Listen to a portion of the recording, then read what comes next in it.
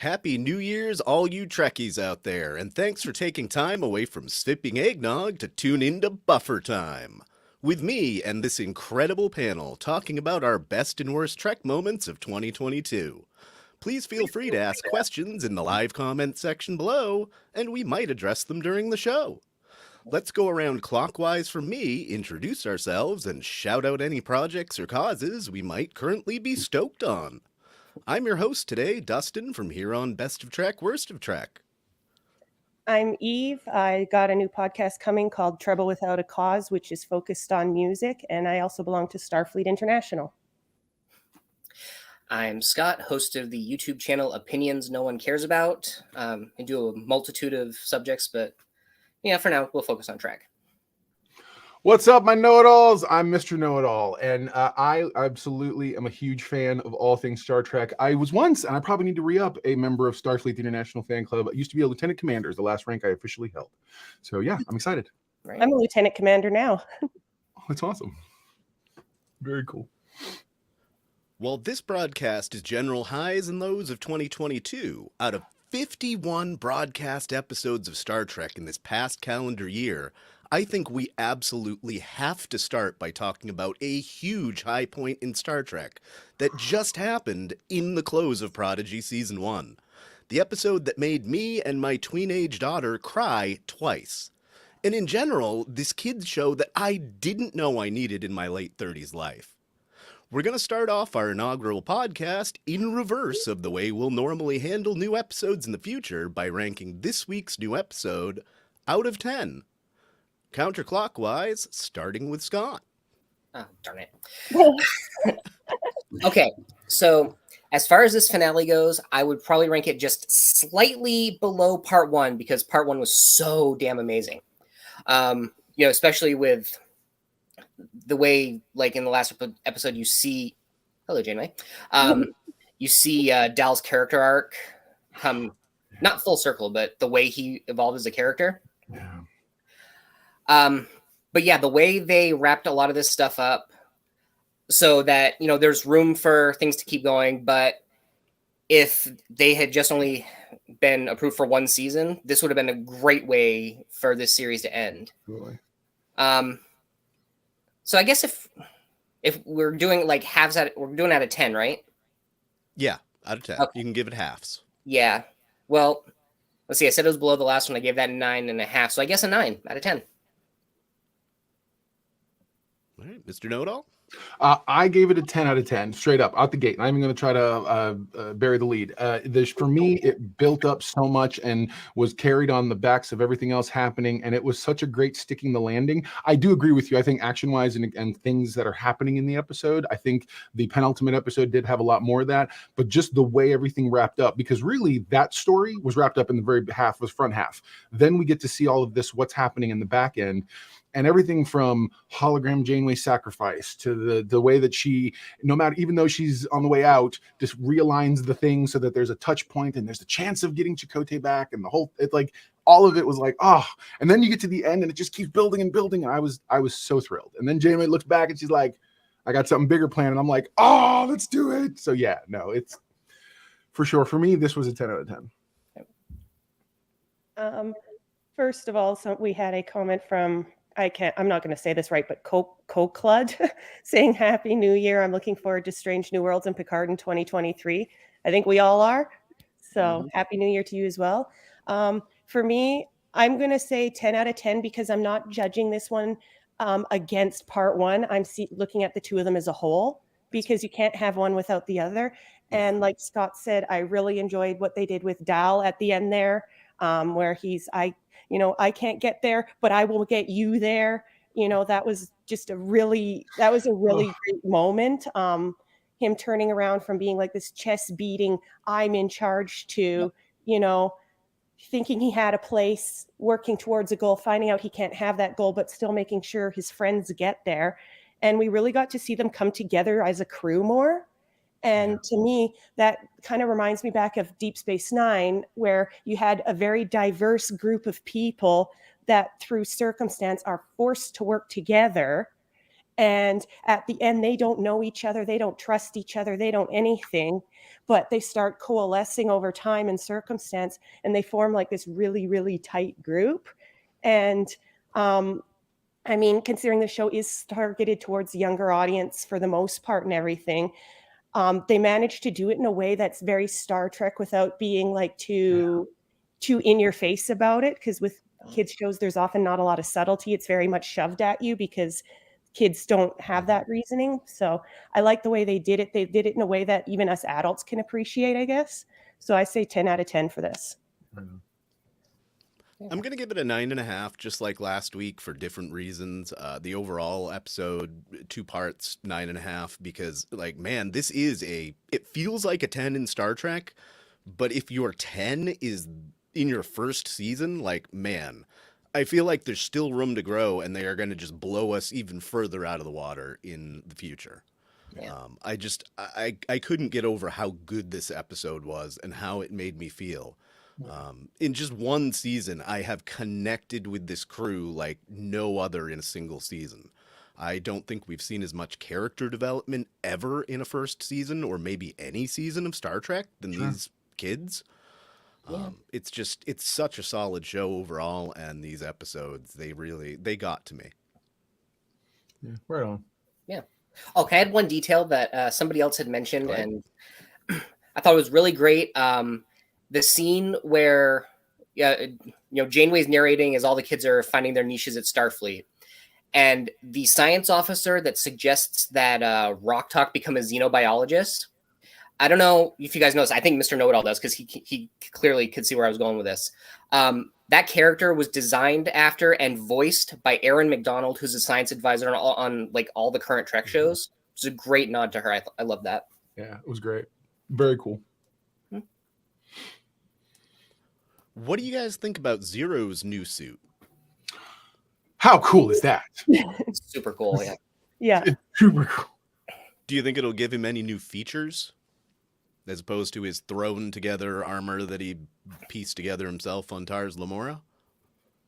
Well, I mean, at the very least, he has fingers on both hands, or like 5 fingers on both hands now. So there's that. Because wasn't one of them just like 3-fingered claw? Yeah. Yeah. Mm-hmm. That would be I useful. think- I mean, if he wants to be a doctor. I think it'll help him be more independent too, because you'll be able to get around a lot easier. I mean, we don't really know everything that Medusans can do, so it'd be interesting to know if there's something in his suit that would augment what he already has. Yeah, Sort of totally. how like Mhm. some of the Borg implants also act as an exoskeleton to strengthen the physical body.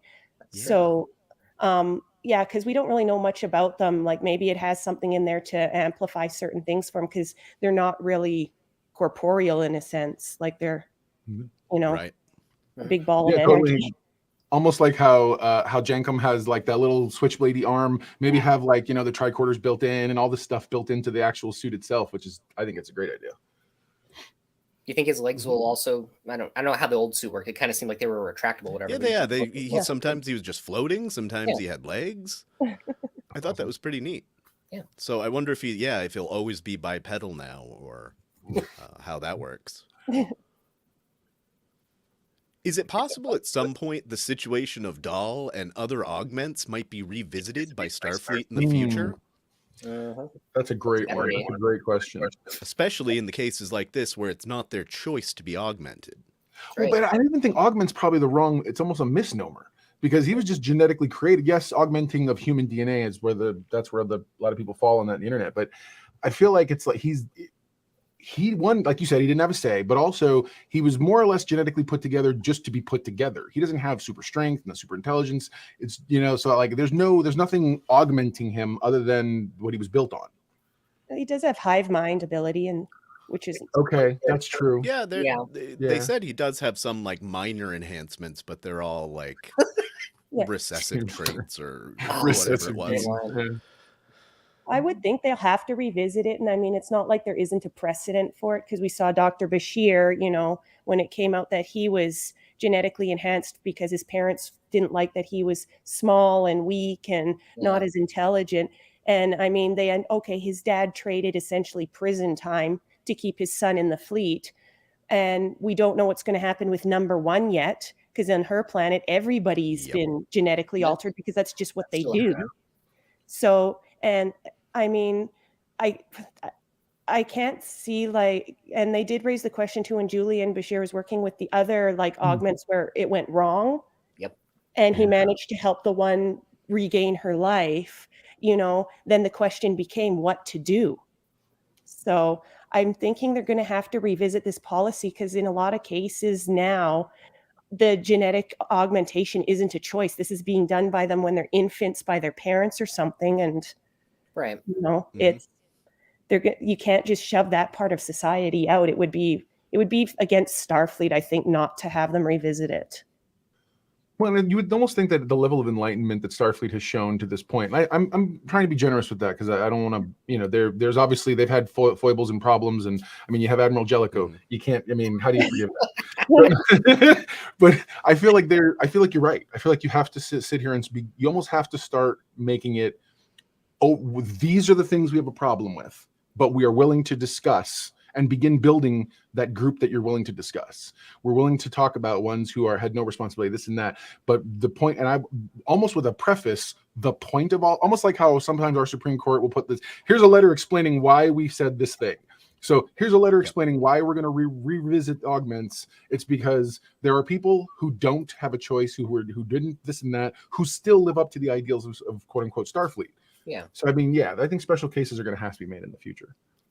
So speaking of Jellicoe and trial situations, my wife brought up the question, why was Jellicoe not at this final briefing for the debrief of what happened or at the trial of the kids? Right? After he'd been popped up several times, he should be part of that. I agree. Yeah. Sorry, trial of the kids kills me. Trial of the kids. Let's go. I was kind of wondering too. I expected to see his sour face show up. Totally. It would have kind of made sense because the other three judges I noticed were all one of the founding races of the Federation. It's kind of like, wait a minute, why isn't there a human there too? Mm-hmm. Did anybody else notice the guy in the gallery that looks exactly like the dad of the dead cadet from the episodes with not Tom Paris and Wesley Crusher? Yep. That dude looks exactly like that guy's dad. Going back, does he just sit in on all of the trials after that at Starfleet Academy? That's awesome. He's just odd. So I guess there's that one big secret that's not a secret anymore very much on the internet, that even though they left us on a cliffhanger, it looks an awful lot like we're going to end up on the Voyager A next season. The shuttles that were salvaging that pod in the bay are the Voyager A. So at first I'd seen that before we got to the end, and I'm like, well, why are you showing me the shuttles and not the ship? And then we come to the end and I'm like, oh, okay. It's foreshadowing probably without actually, giving us Did anyone too else much of a think they hint. look like dustbusters? Yes. They look like The little other thing, dustbusters. the other thing to notice in this scene is that it's a lot like Star Trek 4 when they crash and the one with the whales. Yeah, totally. There's whales in this scene if you look really closely, and it's awesome. Oh my gosh, I love it. You've saved the whales. There are a couple That's of how much whales we're in there. buddies with them. I love it. Oh, that's so cool. I thought this scene in particular was it was a nice set of both callbacks and possible foreshadowing. Nice. Does anybody else have anything else to say about this episode before we move on to the other 50 episodes of 2022? The mechanical design of those like robotic ones, the cybernetic ones, I'm sorry, but they look like a knockoff of like the basic Cylon model from Battlestar Galactica reboot. And then They totally do. the four-legged insectoid one reminds me of somewhere between General Grievous Yes. and a mechanical Tholian.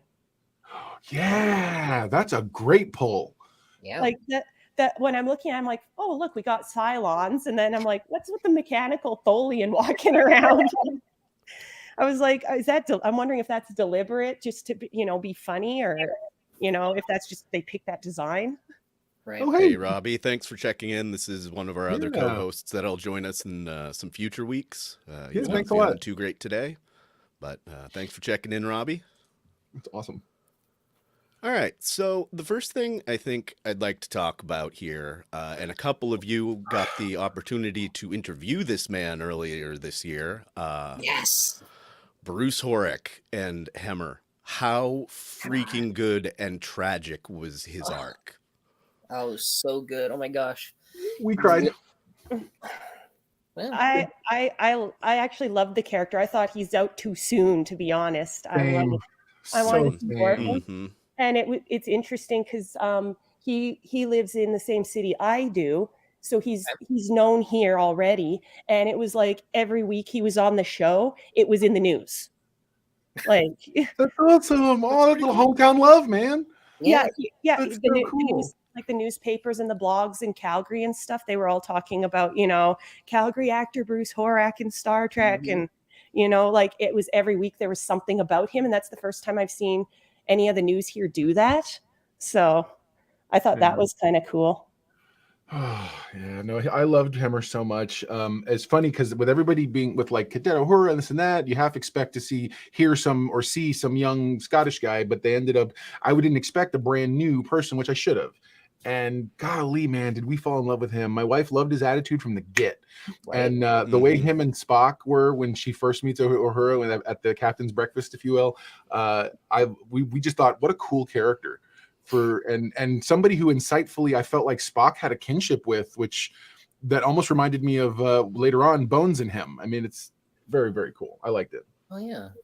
Dal Tashlin says killing a disabled character first felt weird, although I wouldn't say he was disabled because that alien race is written to be like it was established that they tend not to be visual. So I thought it was more like casting an actor with a disability in a role that was already like in the role of a species that is just naturally that way. So, yeah, I don't think I'd say he was disabled, but Yeah. it was too sad to have him out too soon. But it was nice to see them cast somebody who had the physical, features for that role. Right. Yeah, So. I'm agreeing with you 100%. Yeah, he was. I don't know that I would have thought either that he was that I would have counted him as disabled, which is maybe just our very Trek forwardness that we're like, nah, man, he's like Geordi. I never saw Geordi as a blind guy ever. No, I always saw him as a very capable engineer who, in fact, could see better in many ways. So I loved Hemmer, and yeah, I'm with everybody. Gone too soon for sure. Yeah. Well, like the scene with Hemmer and the knife, to me, that there shows that this is not a disability for his race. This is just how they are, and. Yeah. We don't know what other abilities he has. I mean, we know Andorian antenna can do different things and help them with their environment and stuff. So maybe his antenna bring in more information about the environment around him, sort of like in Geordi's case with his visor. Like, in a way, Geordi had augmented vision, not lack of vision. And then when he got his bionic eyes later, and there's those few times you see them like turn and twist and everything. So that's awesome. Yeah. Very. Alyssa Wing says, Eve, that's so cool. Hemmer is gone too soon. He was a fantastic character. I cried when he died. Me too. That was a heartbreaker. Yeah. And she also says, agreed, representation matters, which I have to say, that's Star Trek in a nutshell. I love that. Yep. Now, does anybody think that we will ever see Hemmer again? I think there's a possibility that he's not dead here. I mean, we know that the Gorn can't survive in the cold, and if he somehow survives that, couple 100 feet fall, we'll just look past that. Whatever. Then the Gorn eggs would probably freeze out of his head, and he grew up in temperatures similar to this. Maybe he survives in a cave somewhere, and we find him in like season 3. I mean, we had Harry Kim switched out. I mean, so Spock died and came back to life. I don't know. I thought with Star Trek, unless you see them shot out in the torpedo tube, to me, they're not dead. But even then, and then Spock, you might land on the Genesis planet. I don't know. But yeah, I think we could see Hemmer again. So one of the next things we had talked about, so we just talked about a high. Let's go to a low. We had some talk about how early on Prodigy was too much like Star Wars. Interesting. What do you guys think about that? I'd never heard that analogy before until you got you sent me that little run of show. And I remember I talked to my wife, I talked to Mrs. Know-It-All about it. And we we were very much we were like, well, because she goes, so she humbles me often. And she said, what do you mean, only because they have nothing but a whole bunch of aliens everywhere? And I was like, I mean, maybe, I don't know, but it felt gritty. It felt dirty. I see the comparison totally. But yeah, and for me, it was just the fact that it wasn't, I'm used to being on the Starfleet side of things, the nice, clean, shiny, we're the future moving forward. So this was a new turn for me. And they sold me, they pulled me along, and I was like, okay, I'm here. Right. Along the Star Wars lines, Robbie says, my dad immediately pointed out the General Grievous thing. So looks like I wasn't the only one that thought that, but I only felt like it in the early part of, like, especially episode 1, that first 2-parter, and the first couple after that felt like it, and then it moved and became more Star Trek every episode.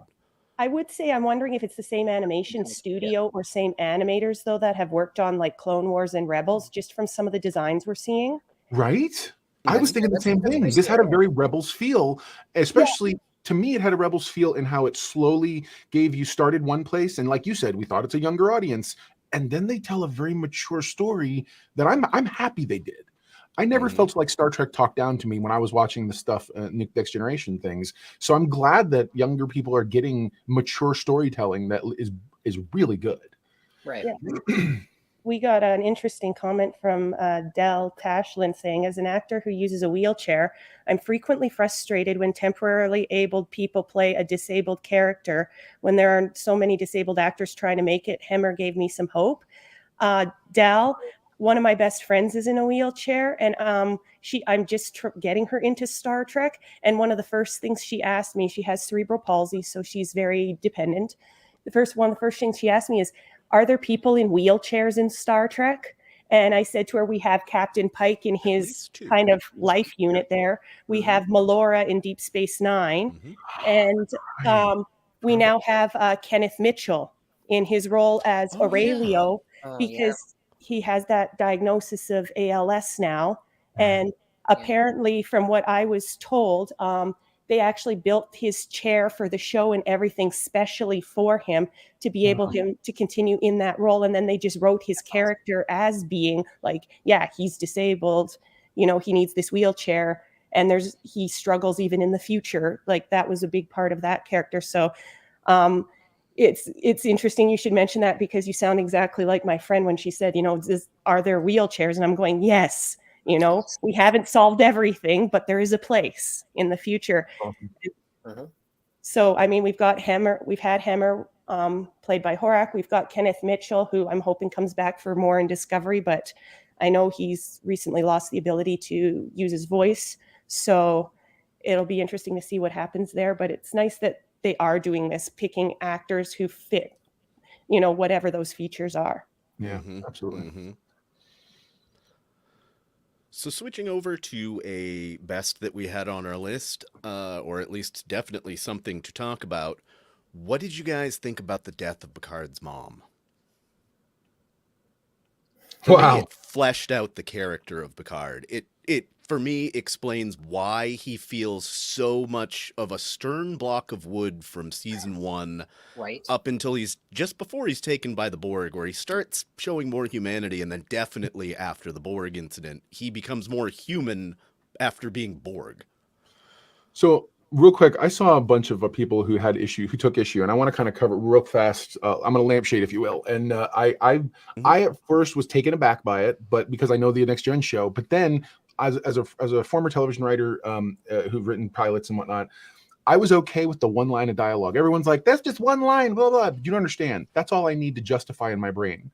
One line of dialogue, and I'm okay. I'm willing to go with you now on this journey. So that being said, I thought it was shockingly traumatic in a way that I feel served the story. I know a lot of people didn't like it, and for that they were like, somebody should warn me, and there should be this and that. And I have no opinion one way or another in that regard.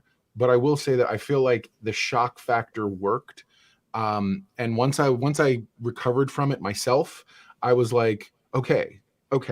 And it made a lot of sense and filled in those gaps, like you just said, really well. Fleshed out a character.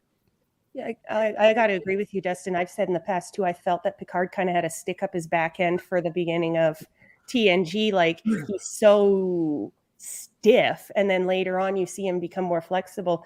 Plus there was always that thread of tension whenever the rare times his family or his family roots were brought up, and I always wondered what kind of happened there. I'm like, it has to be more than he went off to Starfleet and didn't stay and harvest grapes. Like there's got to be something else there. And so I mean, that scene was a little bit difficult for me to see because it just came out of nowhere in a way. You're just like sitting there watching, okay, it's a little bit dark, what the, you know? Yeah. I mean, really does hit you. Yeah, but I mean, Star Trek's done that to us before, so it was nice to kind of see why is Picard the way he is, particularly about his family, because we never do see him have any familial connections or familial ties. Right. And you kind of have to wonder, you know, this vineyard's been passed down in his family for generations. There's this big Picard family tradition, but he wants nothing to do with it. He never talks about them. Like, what's going on here? Yeah.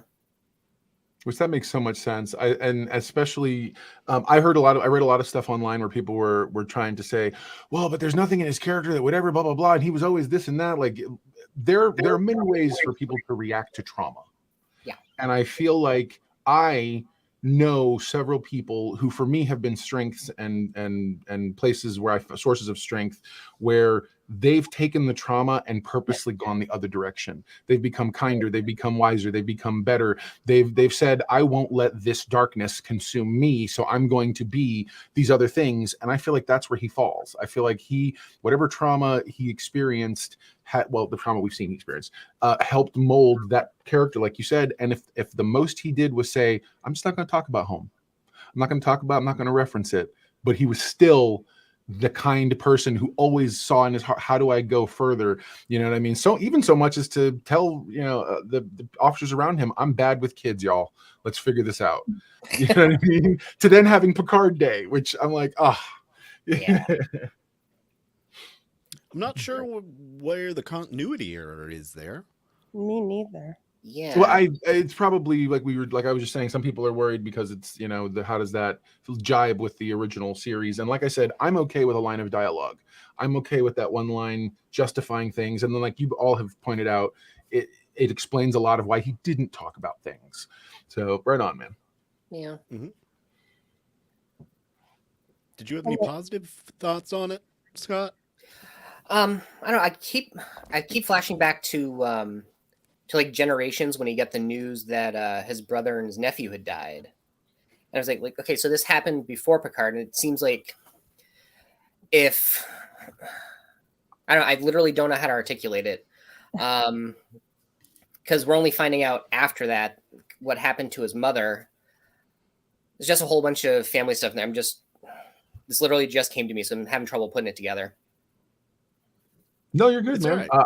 Yeah, absolutely. I think that I think when you marry a lot of the thoughts that we've just outlined to where we see him in Picard season 1, the opening, I think that it was one of those moments where you sit here and go, this is a man who has now accepted that this is home, even if it's not home, because clearly he wants to go out in space, but he's accepted I'm okay here now. I'm okay with this. And I think even more so now after season 2, he should be like, yeah, I'm not going to run away from our vineyard anymore. Our history, our life.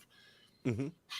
Okay. Yeah. That. Yeah. And I thought that when the episode originally premiered, until you get just before the end of it and they actually explain it. I don't think it's a good explanation. No, but for they sure. say that Picard then later in his life, for the rest of his life, randomly would pretend and thought he'd see his mother as an older person because that's what he wanted for her, even though she never made it there. Yeah. It's convenient. It's not a great explanation, but it's not canon breaking. No, like I said, that's the one line of dialogue I'm referring to. That made it to me. Mm-hmm. It was enough for me to bridge and go, okay, now I'm with you.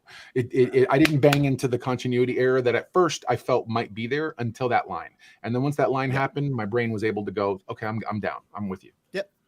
And that actually isn't too bad of an explanation either. That maybe he was just picturing her down the road, because I mean, the mind is a powerful thing. They've proven that memory is not accurate. You can alter people's memories actually very, very easily. And we alter our own memories. Mm-hmm. And I mean, how many of us have, lost somebody, but later on just randomly just imagine them being there just for whatever reason. It could be just, you're doing something and you just imagine them in the scene, and yeah. Or you imagine a conversation with them and then realize, wait, that never happened. They're not here. Yeah. So, and if, especially with a child, like, because I work with children, when a child witnesses death up close like that, Wow. it can actually fracture the mind in that way. And you get the compartmentalization. And later on, they can actually bring back visions and memories and things that never happened, or create scenarios that can't be because the person's gone, but it feels as real to them as us talking to each other. Because when the mind is being developed, if it experiences extreme trauma, the brain literally rewires itself. And that shows up on MRIs and neurological scans. So, because like I say, working with kids, I've seen what happens when they see death up close like that, which is why, as a general rule, I think we try to keep kids from seeing that, because it's not healthy for them. Yeah, who was 11 at the time, my daughter was watching Picard this past season, and when I got to this and previewed it ahead of it, it's like, oh, and I had to make sure I sat down and talked to her and was like, all right, so some stuff's going to go down in this episode. Are you going to be okay with watching it? Right. Yeah, I had to review that with Mrs. Know-It-All because she has we all have stuff in our past, and so I did want to check for her because she watches it the next day after me, or the next day during the day, and whereas I get at 3 a.m, and I told her, I said, okay, so I want to pre-warn you so you're not freaked out. There's a thing that's about to happen that will feel shocking, but I didn't want to ruin it for her the story wise either. And so she got into it, understanding, was like, oh, thank you for warning me. So I get the idea for labels and warnings for sure, but man, but she did say it served the story for her too. So. Mm-hmm. So let's transition here into a worst, which is a lot of Picard, unfortunately. I mean, this season 2, it had such high highs, and when it hit, just like his mom and Q, which we'll probably maybe talk about here down the road. But what was the lowest point of Picard for you this season? That's mine. That's a good one. An episode that served absolutely no purpose whatsoever. Mm-hmm. Okay, so I wasn't the only one confused by that episode going, what? No. Yeah. I was still having Agent Wells' dog. Come on. Yeah, I didn't know where that came from at all, and I had to. I'm like all of us. I can explain almost anything away, but I was like, what? Because especially when you have an actor who played a character in a previous season, a previous series. Yeah. I feel like you don't need the Easter egg. Just make him that character who is literally trapped in the past and time. Heal him, recover him, whatever, and he can go back to his own future, changed. Whatever you want. Anything else could have happened, but this. When this happened, I told him no. I said this was a lost opportunity, a missed opportunity, 100%. Right. I actually found this season of Picard was harder to watch than the first season. Like this one, to me, it was like Dustin said, it had its highs, but then there was other points where it just felt like you were dragging. Yeah. Dal says Wesley. Oh my gosh, Dal, yes. Yes. Right. Yes. Don't get me wrong. I'm sure everyone I loved Wesley. I loved Will Wheaton in Big Bang Theory, but so help me God, this was unnecessary completely. Yeah, I kind of wonder why they shoehorned him in there, unless they just shoehorned him in there because Will Wheaton wanted to be in there, or because Will Wheaton. If they never touch on it again, I will agree it's a wasted moment. But if it becomes something where him or what was her name? Not Soji, not Soji. Go with not Soji. I'm blanking, but you know who I'm talking about. That's all right. Yeah, none of us can remember. Not Persephone. Was it Persephone? It's a variation of it. Names. Yeah, one of the many. It's all they're all a variation on Persephone. Was it Corey? I keep thinking Corey. Corey, yes. Okay. Yeah, as long as one of the two of them or both of them show up again in other Trek to do something meaningful, then it's not wasted for me. Right.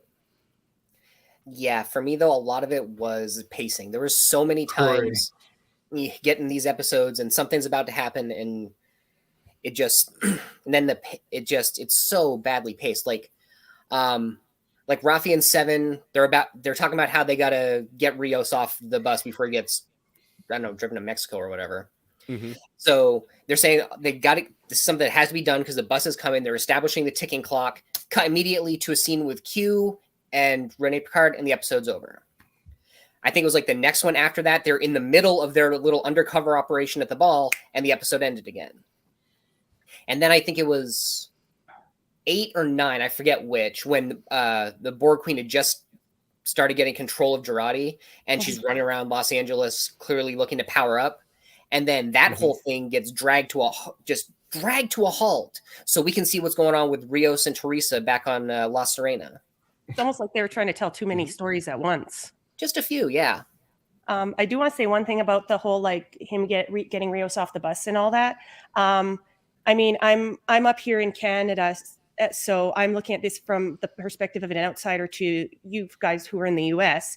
But I saw a lot of people on forums complaining about the depiction of ICE and the immigrant control in Picard, like the border. What about it? It seems spot on to me. That's what I thought. That's what I thought too. I'm sitting there, but I saw a lot of people sitting there going, "That's not how it is," and carrying on. And I'm like, looking at it from up here, that's literally how at least the rest of the world sees it. So my issue with it wasn't so much that it was disingenuous. My issue was that it didn't go anywhere. If you're Star Trek and you're going to show us that, give us like a commentary. Have him talk about how I can't believe you people and this and that, and go into like a some sort of a monologue like they would do in Star Trek. Like, give us the message of why the future's better because we leave this kind of stuff behind. And they didn't do that. They were just like, this is bad, this is bad, this is bad. He's kind of like, oh man, I can't believe this people. And then, what the hell? You know, what the? Oh, all right, there we go. Okay, we got a bot apparently. Yeah, not anymore. There you go. But yeah, man, that's awesome. It's interesting you say about Mr. Know-It-All about they should have some commentary on it because you're making me think of Sanctuary and Deep Space Nine. Right? Where That you was got an excellent Bashir. one. You got Bashir going through there. Like Sisko's not as shook by it because Sisko knows and has commented many times of the dark parts of Earth history. But you got Bashir and he's kind of like, how did they allow people to live like this? And then you've got Dax, who with her 7 lifetimes is not surprised by it because she's probably seen worse somewhere else. Sure. You know? But yeah, commentary. there was the commentary Yeah. there. And so that's what I was hoping. Like when they started showing ICE, I'm like, okay, if they're going to depict ICE in this way, there's got to be something here. Like they got to be saying something about it. And then, like you say, it just kind of went nowhere. Yeah. Because like at the beginning, they're talking about not creating any butterflies. You know, you get like the whole butterfly effect of time travel. But then by the time you get to the end of the season, it's kind of like they set a butterfly sanctuary on fire. Yeah. Let's ask. I've got just one more question about Picard, and then we got to move on to some other stuff. What did you guys think about this one scene and the romance between Seven and Raffi? Do you think it was forced? Do you think it was really poignant and nice? Well, I thought they set it up in the first season that they had history. They had some kind of, or at least they were starting to have history, didn't they? They held hands like at the very end of the. So you knew there was season some, one. and then there's time obviously Right. between the 2 seasons, and we're okay. Yeah, I didn't trip up over it. I thought that it was really rushed, but I didn't trip on it. I was just like, okay, so you guys are fast tracking for whatever reason, you know, even though you're spending an awful lot of time on other things. But yeah, I mean, it was fine. Kind of, to me, it kind of made sense. I mean, it made more sense than Seven and Chakotay ever did. Oh yeah. I mean, Yeah. that one to me was like the worst shit Way out they of left field. could have done. But and I mean, I saw people online carrying on, but Seven dated Chakotay. She's not, you know, both ways or whatever. And I'm thinking, but Seven was a Borg. And to a Borg, there is no gender, there is no sexuality, there is none of that. So she wouldn't have even had those kind of things growing up. She's had to discover everything as she was, you know, removed from the Borg.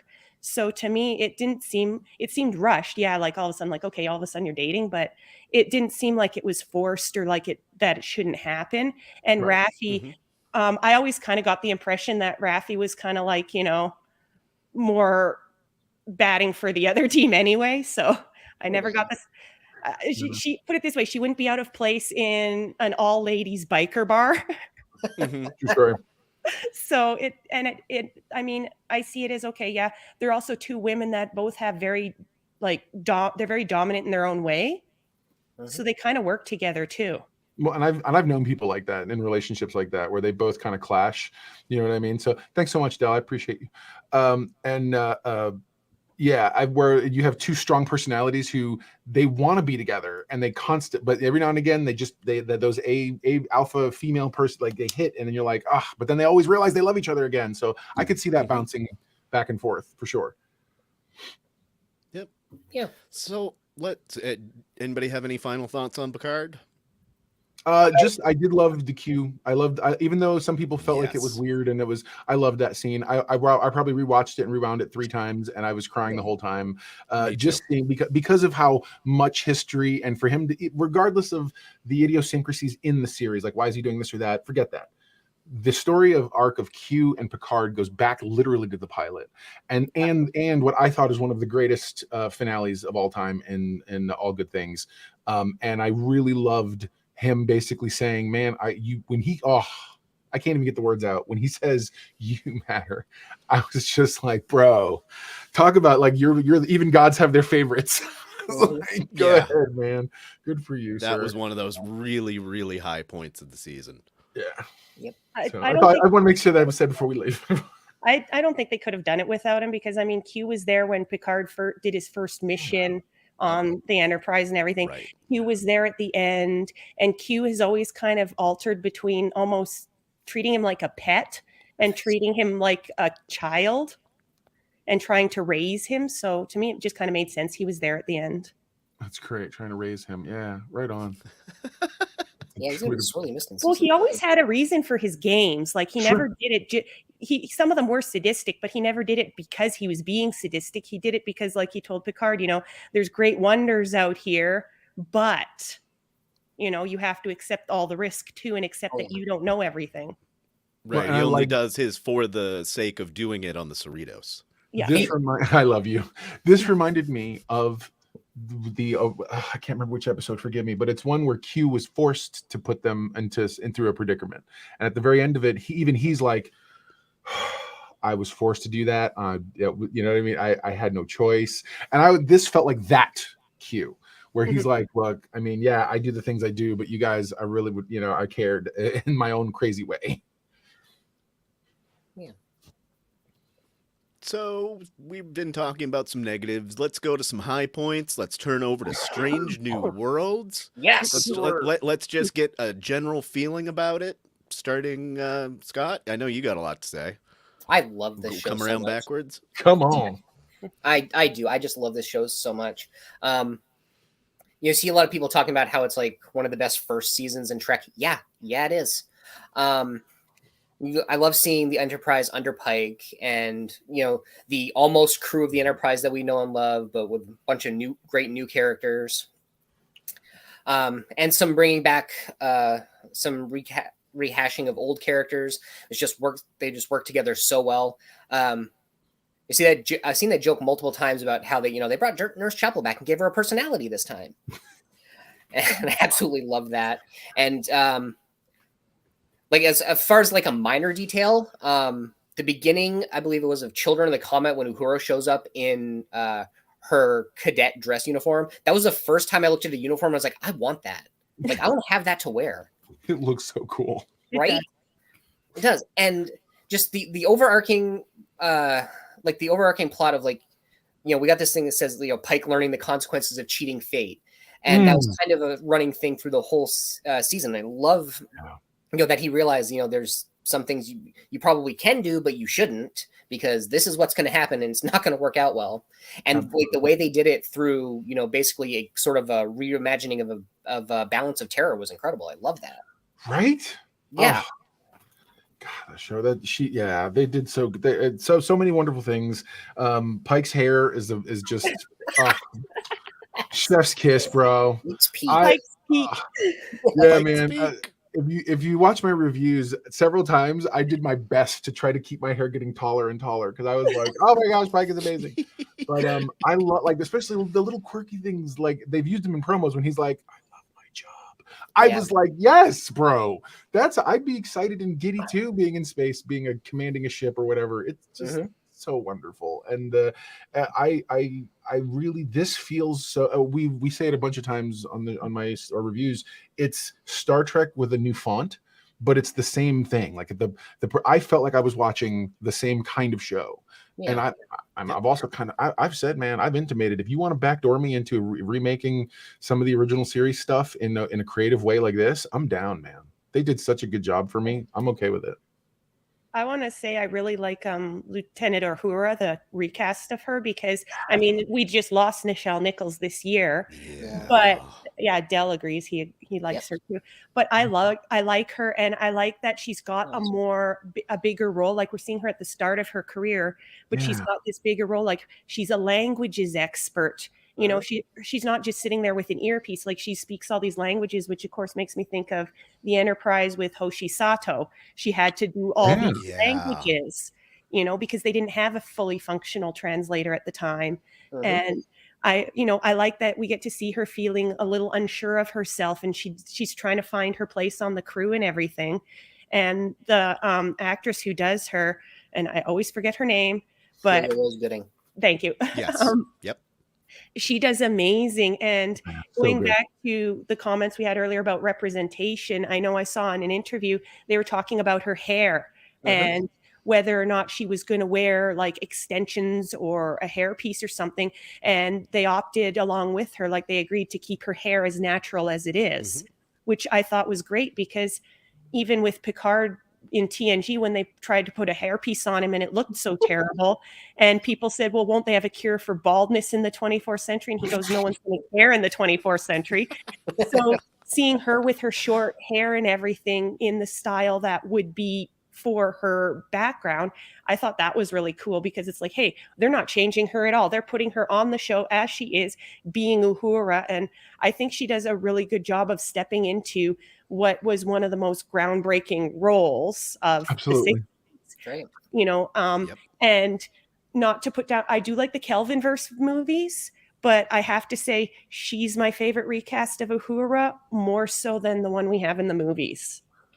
I loved her so much, and what I really liked and appreciated was, even though we quote unquote know the story, I loved that she didn't know if she wanted to stay there. Yeah. And she had to learn it and explore it. And there was a point where, even though I know the story, I was like, God, is she going to leave? Because who knows? Maybe they brought us Hemmer and not the engineer I thought we might get. So there's every possibility maybe she left and then comes back later when as a lieutenant, then returns. Who knows? But they didn't do that. I was so excited to see newness where a lot of us sometimes don't think there can be. Yeah. And so, it was good. It was really good.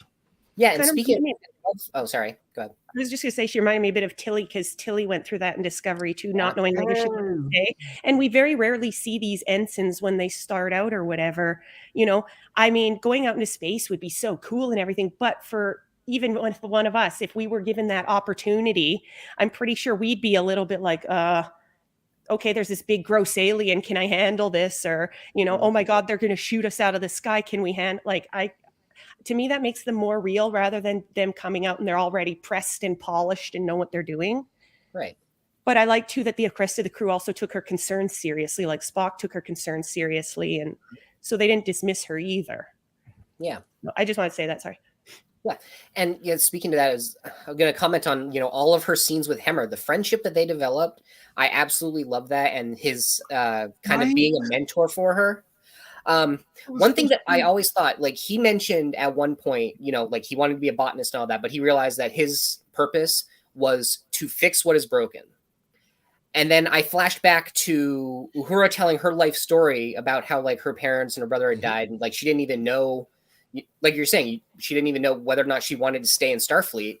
But by the end of the series, like after he's died, after Hemmer passed, she had clearly decided to stay in Starfleet. And I couldn't help but thinking, was his purpose to fix her?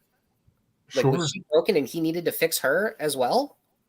And or the very least help guide her in that decision. Yeah, that's awesome. Great observation, bro. Absolutely. Absolutely. Golly, man, that was good. I would like to answer Dell's question here. What happened to Una, though? I think Eve's going to be really happy with my idea here. I think it's a Trip Tucker, and they're using this circumstance to pull her into Section 31 and cover it up. Yep. I was That's going to my say thought. That you would be know what? dope. That would work because Section 31 has approached Augment before in the case of Julian. That was part of their interest in him was his augmented abilities. So, and Section 31, they do take in, they take in the ones that the Federation kind of casts aside. So I was actually thinking that when I was watching it, and I said to my husband, I'm like, I wonder if she's going to be like Section 31. And he's just like, you and your Section 31, knock it off already. No, I it's hadn't not a thought of that. conspiracy. I That's think it's smart. really going to happen. That's Absolutely. That is smart.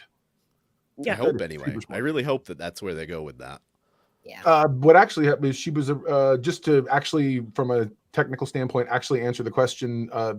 She was arrested in the final episode.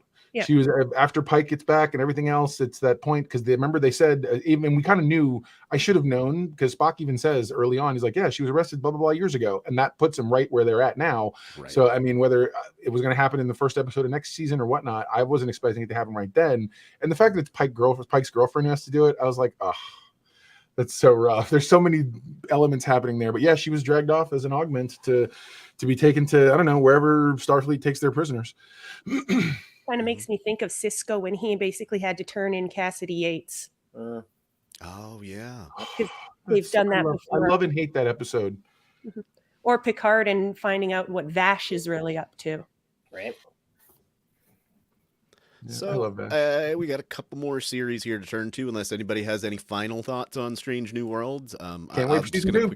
Yeah. Also, look for Ortegas. Who's right there. Oh my God! No, I cannot wait for her to get her own episode coming up. Yes. I mean, it looks like they're gonna dunk on her a little bit, but then give her some development. And I don't even know who my favorite character is. The whole cast is just so good. I want to say it's Ortega's, but we haven't really seen enough of her yet. Everybody's seeing great. her conflict with Pike when Pike's got to be like, stand down and sit. I'm just like, yeah, Ortega, you're stand by your convictions, girl. She did so good. Oh, I love her.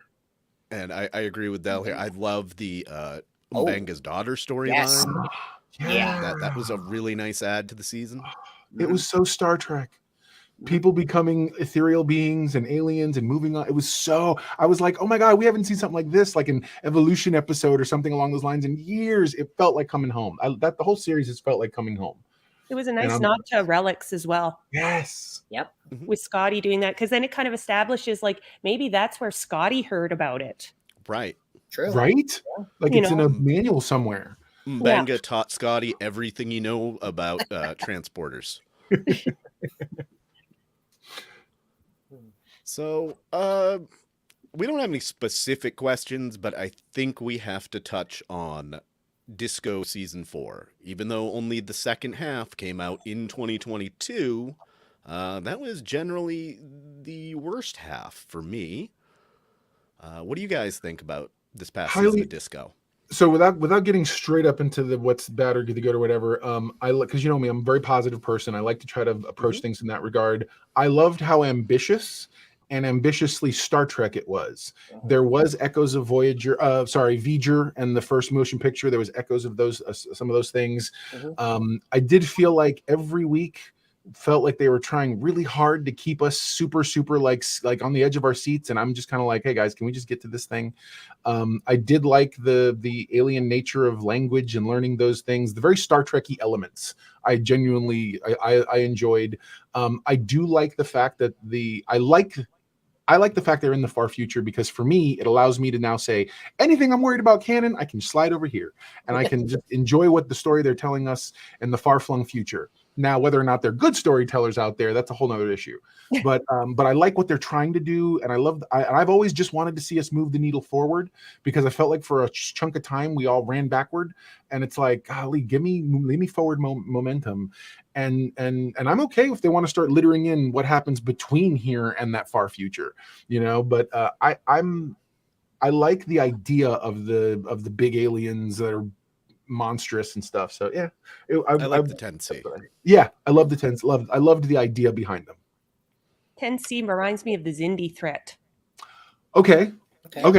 Where you have this big entity that they don't know much about, and they have to find a way to, communicate with them to stop them. That's what it kind of reminded me of, was either the Xindi or the Dominion. Sure. Having a big looming threat that they've never dealt with before. They don't know what this is. Another example would be Species 8472. Something that you've never dealt with that's completely beyond what we know. I'm kind of glad they went with a big bad that was different than our usual, Borg. And I mean, not that I don't like the Borg, but it's nice to see it's something different than the usual standbys. Because we'd have to assume that in the future there'd be something else. Right. That communicate in a whole new way we've never seen before. And like Mr. Know-It-All said, that was pretty cool. We brought in a new sci-fi element to Star Trek and ran with it. Well, that's what I had to explain to my wife, is Star Trek has always been about them essentially sciencing things. That's really what they do. I mean, and only at the end when that doesn't work and everything else doesn't work, then they're like, all right, well, shields up. We have to defend ourselves or whatever. But for the most part, they're always trying that kind of stuff. And I did like that. That's fair. For me, the high point of season 4 might surprise some people. I mean, one good high point that ties into it is Rillick. President Rillick just rocked. And I'm not going to try and say the actress's name because I will butcher it. But she is amazing. I loved her in Man in the High Castle also. That was a great show, and she did great there. But it's Burnham's interactions with Rillick mostly, and Burnham in general. I've been the weird one that has liked Discovery over the years in the first couple seasons, but I really didn't like Burnham, despite her being the character that's followed the most. I never really felt like she was a great Starfleet officer. She was always failing upwards.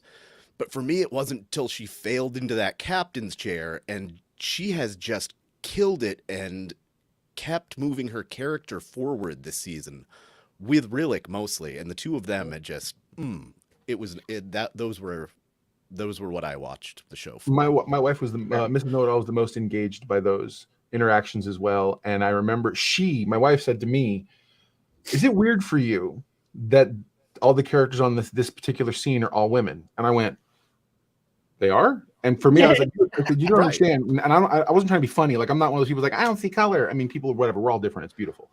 But I said that it's funny. I only see the president, a captain, and that's like, I only see the Star Trek characters, like the people. I'm not seeing 3 women sitting in a room, blah, blah, blah. In any way, I was just like, go captain of the ship doing the thing. You know what I mean? So yeah, man. Specifically, Mr. Know-It-All, sorry to cut you off, Eve, but Del bringing this up, you being from that area of the country, what did you think about Stacey Abrams? I thought it was cute. It was good. I was like, right on, man. I know it, and it was reinforcing. And again, I saw a strong black woman as the quote unquote president of the planet, or Federation rather, or whatever. And I liked it. I thought it was nice. It was a nice nod. Are there people who want to make everything political? Look, I just thought it was nice. It was a nice nod, and I thought she played a wonderful role. She's not an actress, and she did a great job delivering the lines she had. And I thought it was really, especially when she's addressing everyone and the journeys they've had to go through to get to this point and to bring the Federation back together the way they did. I was very happy with that. Okay. Please go ahead, Eve. I was going to say one character I've enjoyed all through Discovery right from the get-go is actually, other than obviously Tilly, because who doesn't like Tilly? She's awesome. I have to say Saru. Yes. And the friendship him and Burnham have had. At the start, he was a subordinate to her, and they always kind of looked at him, like when Giorgio goes, "Oh, he's Kelpian, he's scared of everything," And then he had that distrust of Burnham for a long time, and then over the course of the seasons, he starts to see that she can be capable, and that they really work well together as a team. And so to me, it's almost like an updated, like Picard with his number one, like Picard and Riker. They were a really solid team, or not so much Janeway and Chakotay. That one just felt weird sometimes. Yeah. but or I kind of felt like it was Kirk and Spock too, a little bit. yeah, Kirk and Spock. That's what I was going to say. Is Kirk and Spock, like there's those two different personalities there, and Yeah. Well, even she calls out to it. She says, "Hey, listen, I need you here. I Yeah. need you to keep being this. Don't stop." And I was like, I really appreciated Burnham in that moment, because she's like, and because anybody else would have been like, "Hey, it's been great. No, you're good. Just be over there. Let me be the commander." Yeah. She's like, "I need you to keep me on my toes. I need you to keep me thinking over things, no matter what." And I was like, "Right." And he's like, "You got my word." And I was like, "Right on, man. Solid." I like Saru. I think he's a really good foil for her because he's not afraid to push back on her, especially now that he's gone through his evolution, or whatever you want to call it, a Kelpian puberty, whatever. Well, I don't know what else to call it, but he's become more confident, more assertive in everything. And so he's not afraid to push back on her. She's not afraid to kind of question him or put him in situations that before he might not have been able to handle. And I just think like Saru consistently has been an excellent character to follow all the way through. And other than Tilly, he's probably my favorite. I feel like the characters are not, I feel like they're, so this series is doing some interesting things. And then when you get to the characters, I wish that because they don't have such long seasons like old traditional Trek used to, I don't know what to call it anymore. Old Trek, new Trek, whatever. And I feel like I wish we could have explored more the idea that he goes from evolving the way he has to then in the future, his species has made peace with their former predators and they deal on a way. And I'm like, I wish they would have in a longer series, like in the day, we would have got a whole 2-3 story arc where he would have had to learn to come to terms with and been angry at them. And then comes to some heartwarming resolution where he realizes it's okay. You know what I mean? You would have got something along those lines. So I missed that part of that because I love him. And I love that it's such a unique character. When he was first introduced as a prey species, I was like, what is that? That's amazing. And as in like just how do you, the character possibilities. So I wish we could have seen more of that in terms of like, how do you now deal with the fact that these people who were formerly the ones who ate you guys are now you guys work together. How do you, so yeah. Scott, did you have a comment? Okay. So I've mentioned before that I have issues with Discovery, and you were saying, Dustin, there's going to have to be some point when we get into that. Well, we've reached that point. Let's do it. Right on, man. Popcorn out. My big issue with Discovery, maybe it's just me. I need my Star Trek to be a little more episodic, where weird random stuff's happening every episode. And with Disco, you start at what they figure out what they need to do basically at the beginning of the season, and then everything is working towards that. When they're not randomly stopping in the middle of things for people to, give some backstory. Now, that being said, there was a lot of stuff I did like about this season, like the fact that, they had to go outside our galaxy to discover the 10C. I loved seeing Tilly on her first mission where she was in command. I've loved Saru all the way through. When you first mentioned Eve, I was looking behind me because I thought for a second I had his pop doll with me, but it's actually at work. So, but I love Saru and his growing relationship with Tarina. Watching Burnham, interact with Rillick, especially the scene where she was talking about the Kobayashi Maru, because I used it for a video that I did. Zora becoming sentient, like we have, a Starfleet ship with a sentient computer now. I love, Detmer and Stamets and a lot of Jet Reno, actually. I feel like that was a logical choice, yeah. by the way.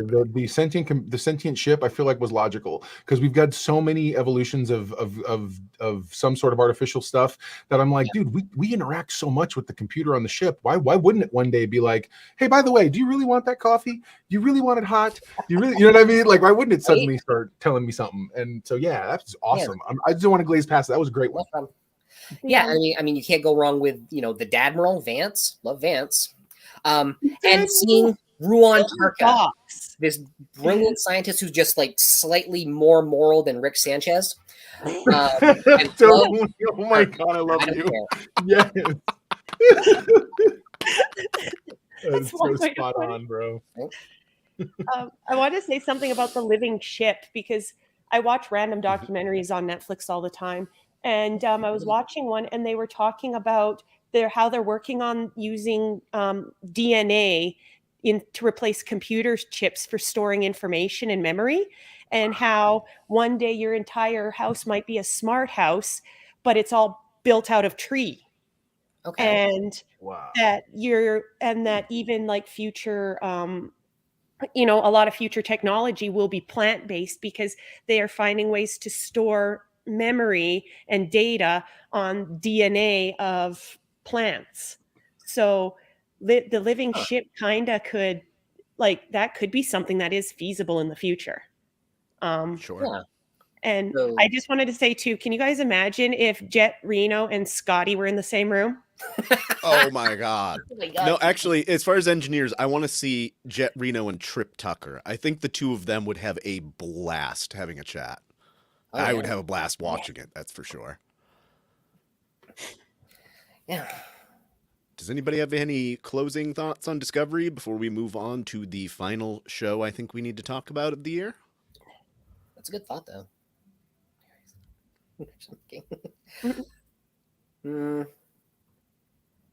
Discovery, no.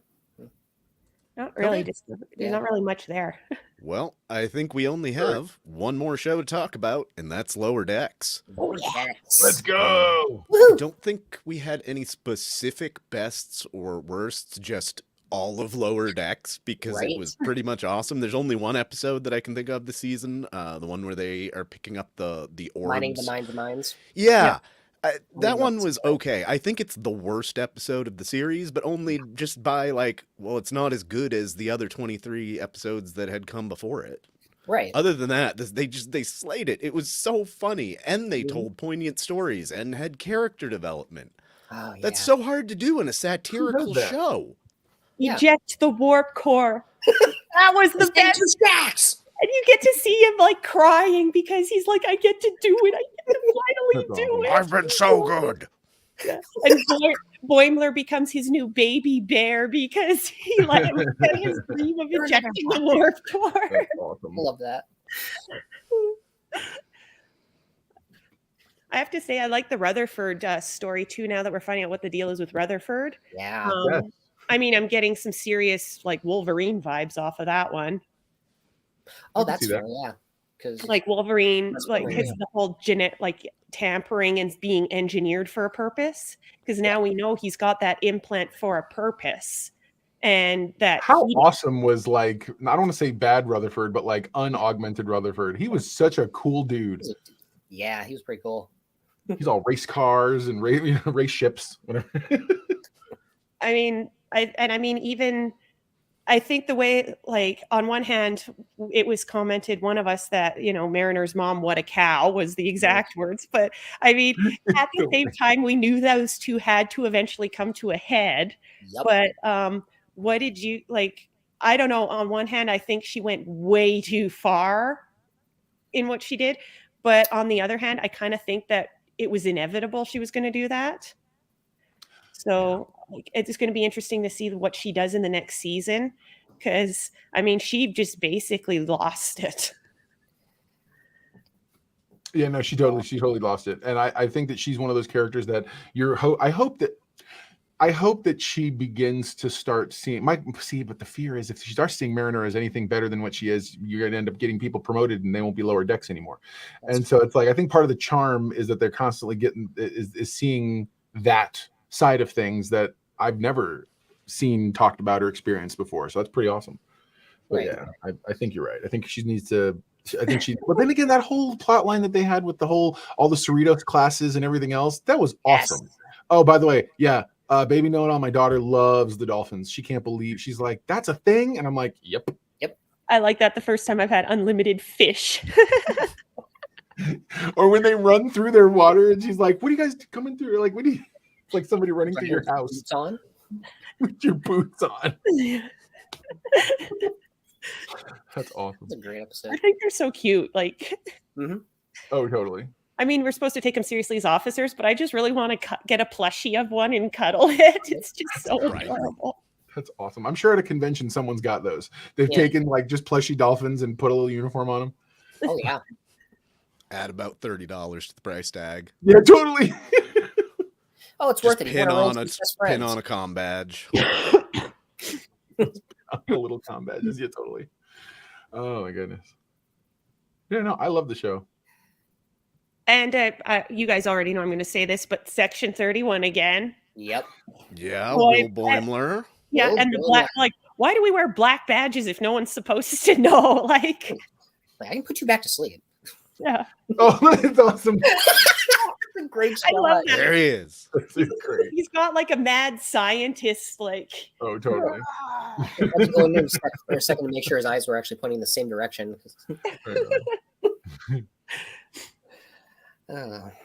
Was the high point for you guys the final episodes or before that?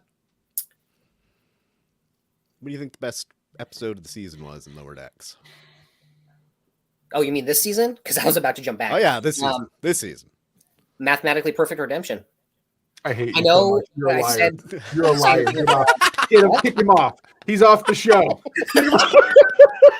no. I loved it. The way I wrote it when we were commenting, talking about Peanut Hamper turning babyface and heel in the same episode. For those of you who don't know, that's like that's a pro wrestling thing. Yeah. Because they're basically characters and they're written to be a certain way, and then when they switch, nice bear, Eve. Well, Dell put Star Trek Dolphins in Build-A-Bear, and these are love him. Official Build-A-Bear Star Trek bears. Right. Oh my god, I love those. 50th anniversary ones. So when I saw that, I'm like, I figured I had to give a wave. So yeah, I mean, the good guys in wrestling, they call babyface, and the bad guys are heels, and then they turn one way or the other depending on how it's written.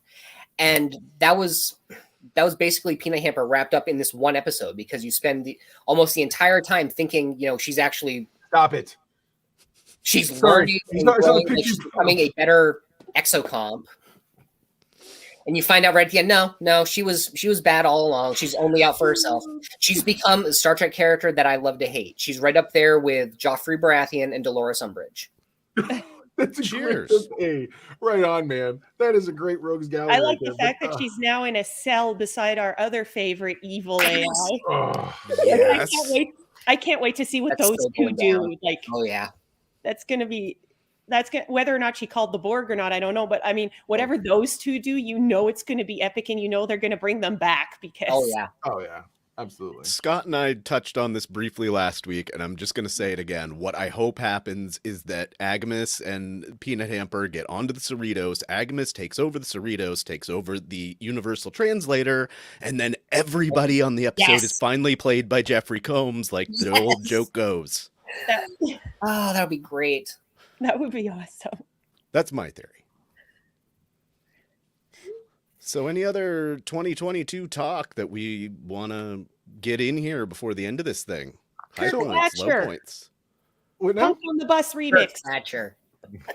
Oh yeah, the Punk on the Bus remix. Yeah, as soon as that scene happened where they're getting on the bus, I'm like, this is very Star Trek 4. Please tell me he's here. Please tell me he's here. Please. And then you see him doing it. And then, and then he turns it, but they tell him to turn down the song finally, and he's like, okay, I just really like this song, and he's all of a sudden like super humble.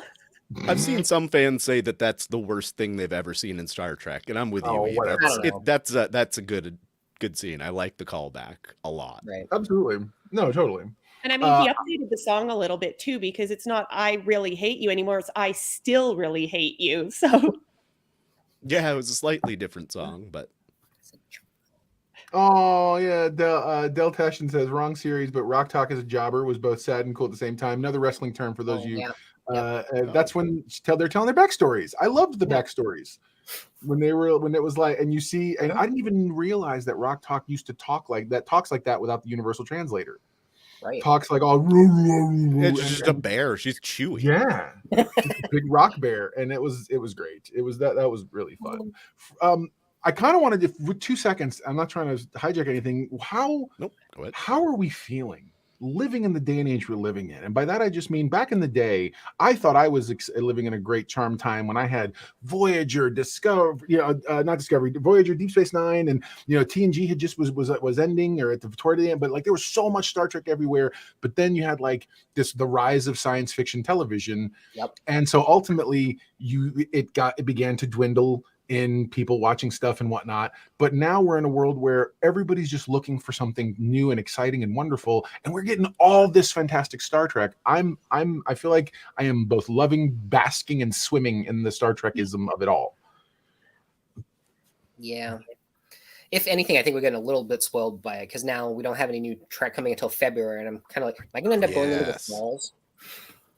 My dog, it's kind of funny. She's gotten into this routine where, because on Thursday I work at the music school, not in my house. So I drop the dog off with my parents for the day so she's not alone. And then I pick her up, and she knows on Thursday when I pick her up from grandma's, she'll kind of look at me and I'll say, Mushu, Star Trek? And she's like bolting to the door because she wants to come home, jump on the bed and watch Star Trek because she likes watching it. Nice. I mean, to her, I think she just associates it with popcorn and petting, but you know, the fact that she recognizes the word, and to her, like, this is now part of her routine. Like Thursday night is Star Trek. That's awesome. That's a whole new show, by the way. Popcorn and petting your pets as you watch television watch things with them. You know what I mean? You're sitting there with your cat or your dog or whatever. That's awesome. Okay, now I'm picturing that picture of Spock with the cat, and he looks almost like an evil. I just got that T-shirt.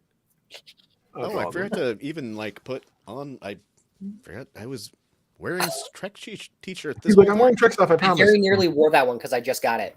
I wore this one figuring you might wear your new one and we'd match. And then I forgot I'm wearing to Legend take of Zelda my sweatshirt on down here in my basement in winter. Yeah. I've got Legend of Zelda on, so I put a sweater over top. That works. All right. So any final thoughts on Trek 2022 as we close out here on New Year's Eve? It was a good year, man. I'm ready to go to the next one. Let's go. Bring it on. We're going to go into withdrawal here. I know. Yeah. So the next 5 weeks, I think we're gonna do some random topics. One each week will be picked by our co-hosts here, and then right before Picard, we'll do a little recap on that and see where we're at, and maybe talk some more about it. Great. And other than that, thanks to all my co-hosts today for looking back at the calendar year 2022 in Trek, and all of you for tuning in. If you enjoyed the program, please consider giving a like and subscribe below. We'll see you back here most Saturday mornings. Live long and prosper.